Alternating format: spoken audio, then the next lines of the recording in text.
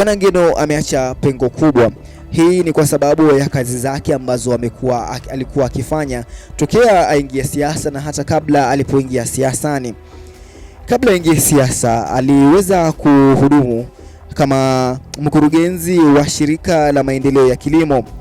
Huu ulikuwa ni mwaka wa 2008 hadi mwaka 2012. Na baada ya kumaliza kazi yake katika shirika la maendeleo ya kilimo, Joanna Ngeno aliingia katika siasa.